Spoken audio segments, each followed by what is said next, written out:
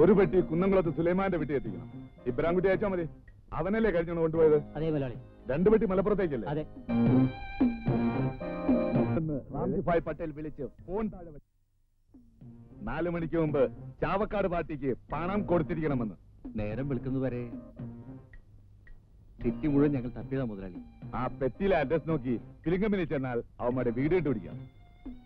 സുന്ദരേശനെയും കൂട്ടിക്കോ. വേഗം റെഡിയാവും. നമുക്ക് ആകാംക്ഷ ഫിലിംസ് വരെ പോണം. എന്താണ് മാമൻ കുഴൽപ്പണം പരിപാടിയൊക്കെ നിർത്തിയിട്ട് ഫിലിം കമ്പനി വാങ്ങാൻ പോണം? 40 ലക്ഷവുമായി കടന്നു കളഞ്ഞവര് ആകാംക്ഷ ഫിലിംസിലെ ജോലിക്കാരാണെന്ന്. എന്നാ നിങ്ങളൊന്ന് പുറത്തേക്ക് ഇറങ്ങിയേക്ക്. ഞാനിവിടെ ഒന്ന് എഴുന്നേക്കട്ടെ. ഞാനിപ്പോ സർട്ടിഫിക്കറ്റിലാണ്.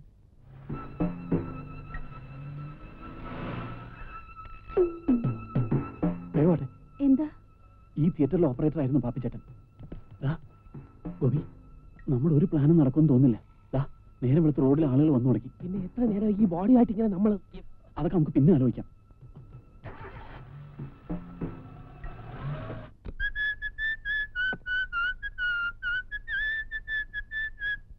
ഇപ്പൊ എന്നെ കണ്ട അമിതാഭ് ബച്ചന്റെ ഒരു കട്ടില്ലേ? ഉച്ചമുതലാളി വേഗം വാ. ഓക്കെ. എന്താ ഇത്? നീ ഇതുവരെ പോയില്ലേ? മാമൻ ദേഷ്യപ്പെടുന്നുണ്ട്. ഈ മാമന് ഓരോ കുഴപ്പങ്ങൾ ഉണ്ടാക്കി വെക്കും. ഞാൻ വേണം എല്ലാം സോൾവ് ചെയ്യാൻ. ഇപ്പോഴെങ്കിലും മാമിക്ക് എന്റെ ക്രെഡിറ്റ് മനസ്സിലായില്ലേ? പുന്നാരം പറയാതെ വേഗം പോവാൻ നോക്ക്. ഓക്കെ.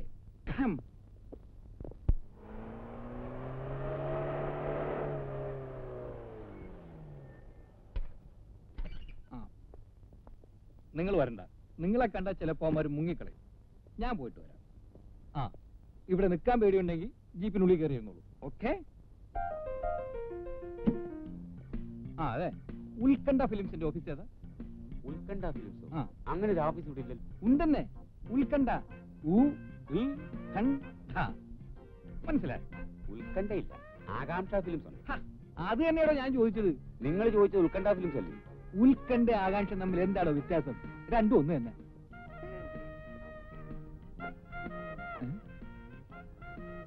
ടീനേജിലും എന്റെ പ്രായക്കാരുടെ പ്രേമം കൊള്ളാം.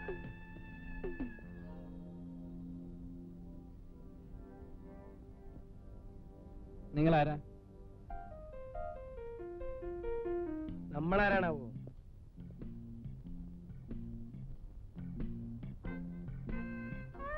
ഈ ഇക്കിളി കൂട്ടും പെണ്ണ്. ഇക്കിളി കൂട്ടും പെണ്ണ് ഈ അല്ല, എ ആണ്. Adults only. അവള് ധാരാളം ഇക്കിളി കൂട്ടുണ്ട്. ഇനി അധിക നാൾ ഇക്കിളി കൂട്ടൂല. തന്നെ ഇക്കിളി കൂട്ടും പെണ്ണുമായി പോയാ ആ 2 റെപ്രസെന്റേറ്റീവുമാരെവിടെ? അവരവിടെ പെട്ടിയുമായി പോയിരിക്കല്ലേ. 2 ദിവസം കഴിയുമ്പോ വരും. എന്താ കാര്യം? ഏത് തിയേറ്ററിൽ നിന്നാ? ഓപ്പറേഷൻ തിയേറ്ററിൽ നിന്ന്. അവന്മാർ വരുമ്പോ ഞാൻ വന്നെന്ന് പറഞ്ഞേര്. ആര് വന്നെന്ന് പറയണം? സുന്ദരേശൻ. സുന്ദരേശനോ? അതെ, കാണാൻ നല്ല സുന്ദരനായ ഒരാളാണെന്ന് പറഞ്ഞാൽ മതി.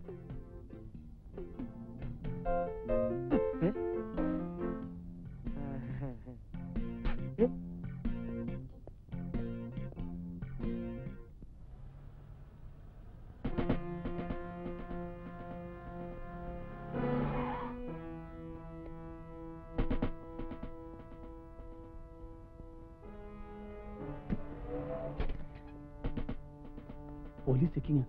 വണ്ടി വേഗം റിവേഴ്സ് എടുക്ക.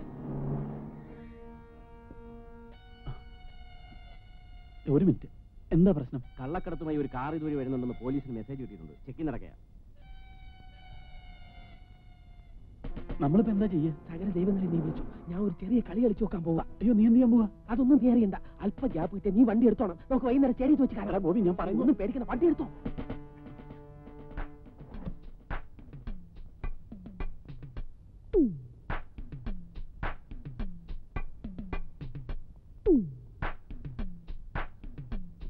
ഒരു ഉപകാരം ചെയ്യണം സാർ. ഒരു 5 മിനിറ്റ് നേരത്തേക്ക് ആ പോലീസുകാരുടെ മുമ്പിൽ ഒരു കള്ളക്കടത്തുകാരനായിട്ട് അഭിനയിക്കണം. വേറെ ഒന്നുമല്ല, എന്റെ ഏറ്റവും അടുത്ത ഒരു സുഹൃത്ത് കൊലപാതക കേസിൽ കുടുങ്ങി പോകാതിരിക്കാൻ വേണ്ടിയാ. What you mean sir? Please, എന്റെ സുഹൃത്ത് രക്ഷപ്പെട്ട് കഴിഞ്ഞാലുടൻ നിങ്ങൾ കള്ളക്കടത്തുകാരനല്ല എന്നുള്ളത് നമുക്ക് 2 കൂടെ ചേർന്ന് പോലീസിനെ ബോധ്യപ്പെടുത്താം. അതിന് വേറെ പ്ലാൻ എന്റെ കയ്യിലുണ്ട്. എന്താ മിസ്റ്റർ, ആളെ കളിയാക്കാണ്? സാർ പ്ലീസ്, സാറിന് ഇതേപോലെ ഏതെങ്കിലും കൊലപാതക കേസിൽ വന്ന് അകപ്പെടുമ്പോ ഞാനും വന്ന് രക്ഷിക്കാം. ഇറക്കാൻ. സാർ ഇവൻ കള്ളക്കടത്തുകാരനാണ് സാർ. ഇവൻ ഇന്റർനാഷണൽ സ്മഗ്ലറാണ്. സാർ കള്ളക്കടത്ത് താരവണ്ടിയിലുണ്ട്. ഇവൻ രാജാവിന്റെ മകനാണ്. സാർ പിടിച്ചോളൂ. ഓടിയാണ്ട്, ഓടിയാണ്ട്.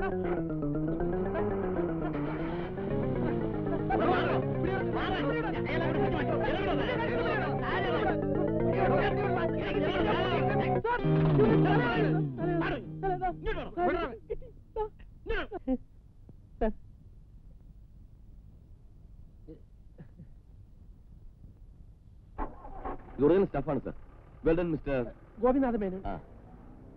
നിങ്ങൾക്ക് എങ്ങനെ മനസ്സിലായി ആണ് പുള്ളിയെന്ന്? സാർ അതൊരു അബദ്ധത്തില് അല്ല, കുഞ്ഞുനാൾ മുതലേ എനിക്ക് ഈ കള്ളക്കടത്തുകാരെ മനസ്സ് കണ്ടുപിടിക്കാനുള്ള കഴിവുണ്ട്. ഇയാളെ പിടിച്ച് ജീപ്പേ കയറ്റു. സാർ, മിസ്റ്റർ ഡിസിൽവയുടെ ഓപ്പറേഷൻസ് കണ്ടുപിടിക്കാൻ ഇത് ഹെൽപ്പായിരിക്കും. മിസ്റ്റർ ഗോപിയെ കൂടി വിറ്റ്നസ് ആക്കി എടുത്താൽ. That's right. സാർ, അയാളെ കാണാനില്ല. ഹലോ. ഗോപിക്ക് പെട്ടെന്ന് അങ്ങനെ ഒരു ബുദ്ധി തോന്നിയില്ലായിരുന്നെങ്കിൽ നമ്മളായി കുടുങ്ങിയനെ. പോലീസ് ഗോപിയെ ചോദ്യം ചെയ്താലോ? എനിക്കും അതായിപ്പോ പേടി.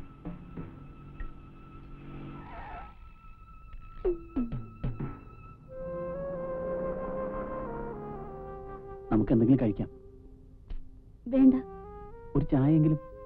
ഒന്നും വേണ്ട. ആകെ ബുദ്ധിമുട്ടായല്ലേ? എനിക്കോ?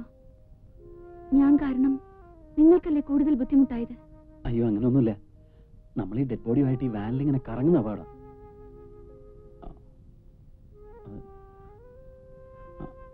നമുക്ക് എവിടെയെങ്കിലും ഒരു റൂം എടുത്തൊന്ന് ഫ്രഷ് ആയാലോ?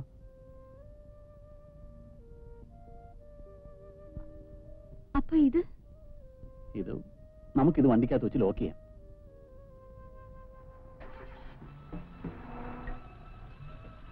ആ ഹോട്ടൽ മാനേജറുടെ കാര്യം ആലോചിക്കുമ്പോഴാ. ഏയ്, മരിച്ചിട്ടൊന്നും ഉണ്ടാവില്ല. നമുക്ക് അന്വേഷിക്കാം.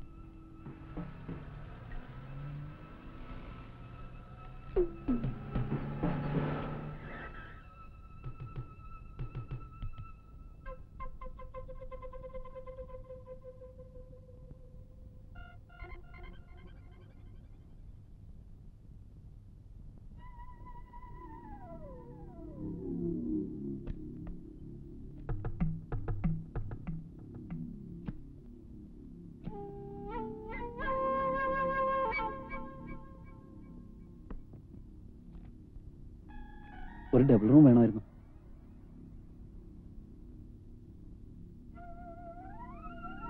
ഇത് വൈഫാണോ? കണ്ടറിഞ്ഞൂടെ? സോറി, സാറ് പറഞ്ഞിരിക്കുന്നത് ചോദിച്ചിട്ടൊക്കെ കൊടുത്താൽ മതി എന്നാ.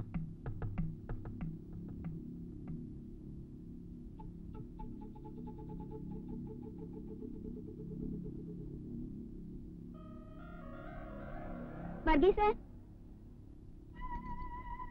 ആ 250 ഒന്ന് റെഡിയാക്കി കൊടുക്ക. അഡ്വാൻസ് വെച്ചോ.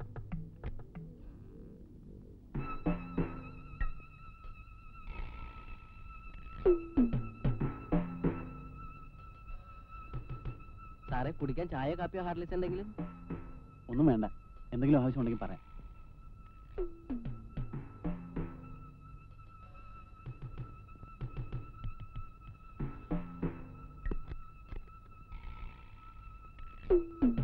ഇരിക്കെ ഇരിക്കെ.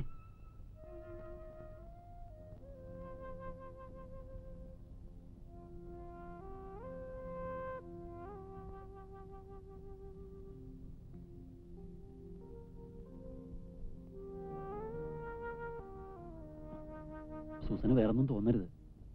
വൈഫാണെന്ന് പറഞ്ഞില്ലെങ്കിൽ അവർ റൂം തരില്ല. അതുകൊണ്ടാ. ഒന്ന് fresh ആയിക്കോളൂ.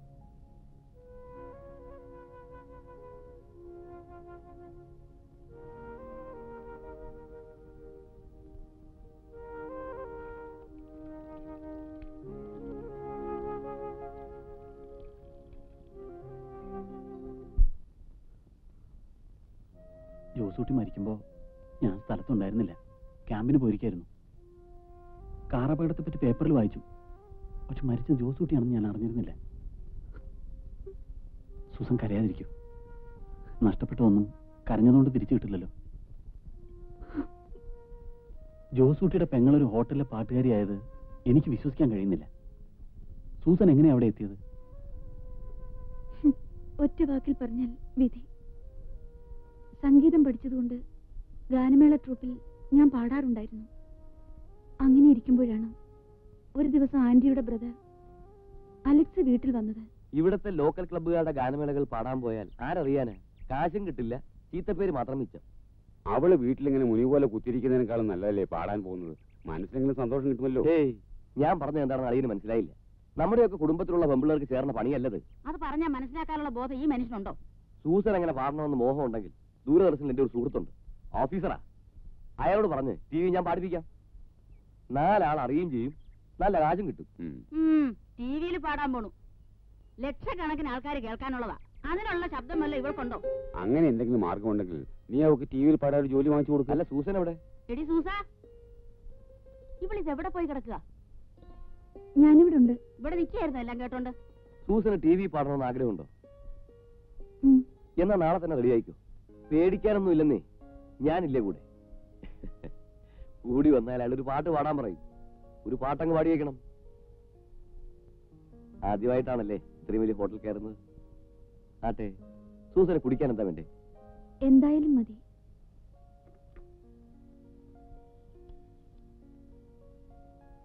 Hello, room service 245. 1 coffee and 1 fresh lime. Okay.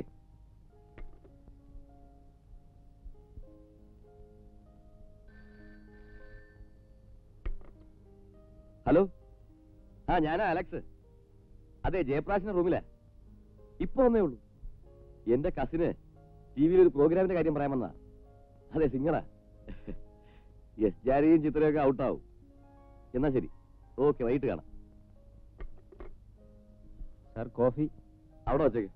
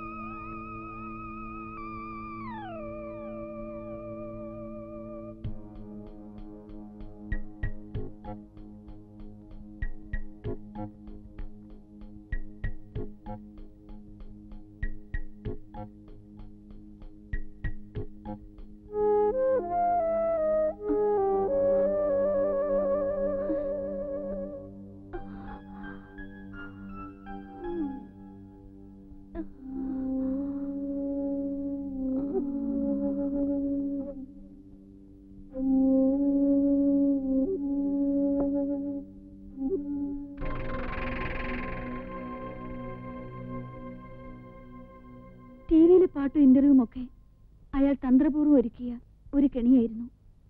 എന്നിട്ടും ചിറ്റപ്പന്റെ ആന്റിയുടെ മുന്നിൽ ഞാൻ തെറ്റുകാരിയായി.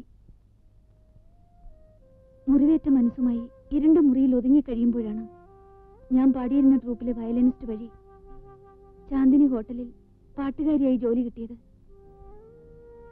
ഇപ്പോൾ മറ്റൊരു ദുരന്തം കൂടി.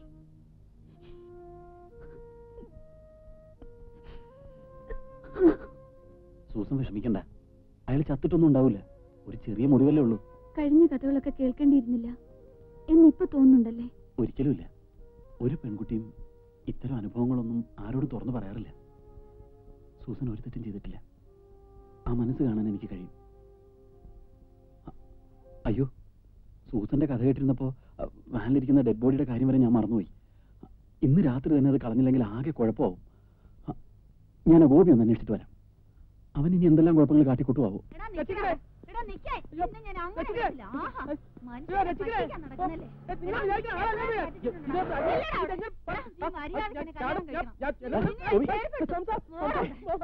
എന്താ പ്രശ്നം? ദൈവത്തിനറിയാം. എന്നെ കല്യാണം കഴിക്കണമെന്ന് പറഞ്ഞ് പിറകെ കൂടിയിരിക്കുക.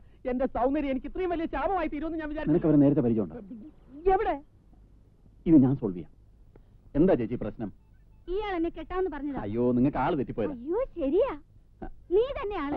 എന്താണിത്? ഞാൻ എത്ര കത്തയച്ചു. എനിക്കാ? എണ്ണത്തിന് മറുപടി അയച്ചോ? അയ്യോ, ഇത് ഇവർക്ക് ഭ്രാന്താണ്. നീ എന്താ അവരയച്ച കത്തിന് മറുപടി അയക്കാത്തത്? കേരളം എന്റെ വണ്ടിയിൽ.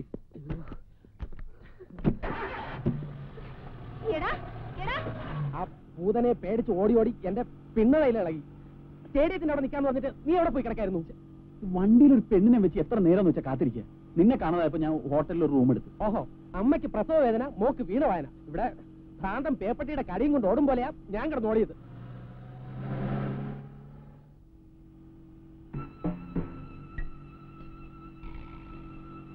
സൂട്ട്കേസിൽ നിന്ന് മണം വരാൻ തുടങ്ങിയിട്ടുണ്ട്. നമുക്ക് ഒരു ബോട്ടിൽ പെർഫ്യൂം വാങ്ങിച്ചടിച്ചാലോ? അതാ നല്ലത്. ഇല്ലെങ്കിൽ പാപ്പിച്ചേട്ടൻ നാറും നമ്മളും നാറും.